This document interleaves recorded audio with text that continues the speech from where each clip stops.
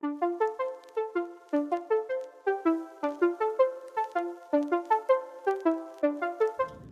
are you thinking to get yourself certified, but you're not sure which personal trainer certification to go for? I'm Jerrican Tan from FITM and FEA. I have been in the fitness education industry for the past 15 years.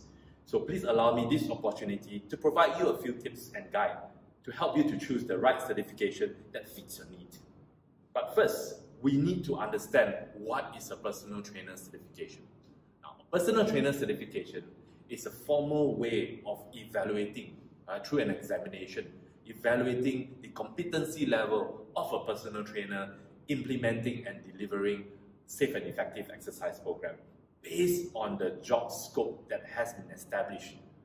Right? So that is a personal trainer certification. These are my 6 tips for you. Okay, these are my 6 tips for you to decide, to help you to decide which personal trainer certification works for you. So number 1, find out, is it a personal trainer certification or is it a specialty cert, or even is it a continuing education? If it's a personal trainer certification, it will be known as Certified Personal Trainer. If it's a continuing education or a specialty cert, it will be things like Body Transformation Specialist, Resistance Training Specialist, HIIT Instructor Training. Yeah, those are specialty training, or even a behavior change specialist, senior fitness specialist. You got to be certified personal trainer first before you do those courses. Alright, so find out what kind of certs are you considering. Second consideration, right? Look at if the certs is accredited. Okay? Now, accreditation is very important because it ensures the cert or the certification or the course is or has met the industry standards. Now, if it's accredited, you may also want to look at, is it accredited by the government? Which is not common, right? Or it is accredited by an independent agency, like in America, it's called NCCA, National Commission of Certifying Agency. Or more commonly across the world, is it accredited by industry collision, like REPS.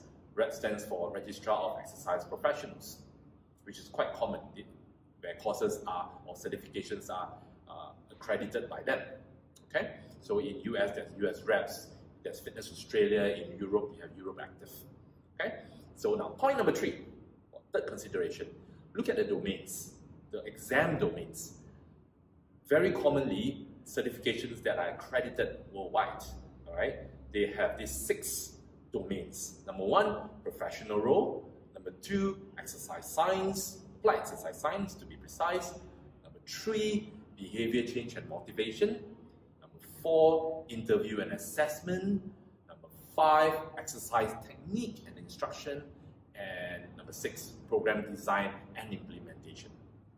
Also, next consideration, look at how they provide percentages based on the domains, because some certification may choose to provide a bigger percentage on a certain domain. For example, some certs will probably put more focus on professional role and behavior change. Some certs will probably put more focus on exercise, technique, and instruction. So look at the domains, because that might help you to decide which cert you may prefer better, or which will probably benefit you better in your industry, in your market. But I would say in Asia, I would say for domain, I would say what is more important will be exercise technique and instruction, and also program design. That's definitely way more important, right? It's not that the others are not. I would say I will put more emphasis on this area, okay, as part of the evaluation criteria, okay. All right, and the 5th consideration that you should make is look at the way the certification or the examination is being evaluated. How do they evaluate? Is it through theory only, or is it through practical, or is it through both theory and practical? All right, so I would say a good certification examination should have both theoretical and practical component, because if someone just passed their certification because of theoretical component, there's a chance this person may pass the exam, but it's probably due to their strong academic background, yeah? So if they study, they probably can pass, but they may have an issue performing or teaching a squat or a deadlift or even a bench press. So yeah, choose a cert that has both, yeah? They evaluate you on practical component and theoretical component. But of course, those with practical component, it may come at a higher cost, yeah? Okay, method number 6 to consider, right? Method number 6 will be look at the way the examination is being handled. Is it handled by internally or is it handled by third party? If it's handled internally, there could be a question, right, on the exam security, as well as if there is a bias in terms of protecting their own certification, because of course any organization would want more of their graduates. Yeah, so that could be a question. So these are things you want to look at. And the last consideration, the last consideration is you want to look at the process of you preparing for your examination, right? So we have usually there are 2 methods here. The first method will be much more of you buying the book, buying the materials, you doing your own learning, and then you go write the exam. Okay, it's not wrong, but I would say if your process of studying the examination comes with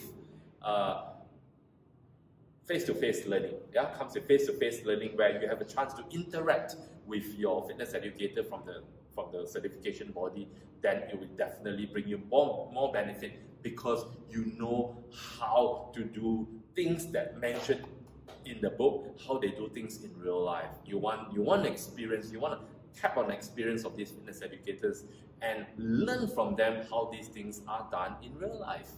Okay, so I hope that when you start to choose any certification, do take consideration these seven consideration to help you to choose which personal trainer certification that will benefit you more. Thank you for watching.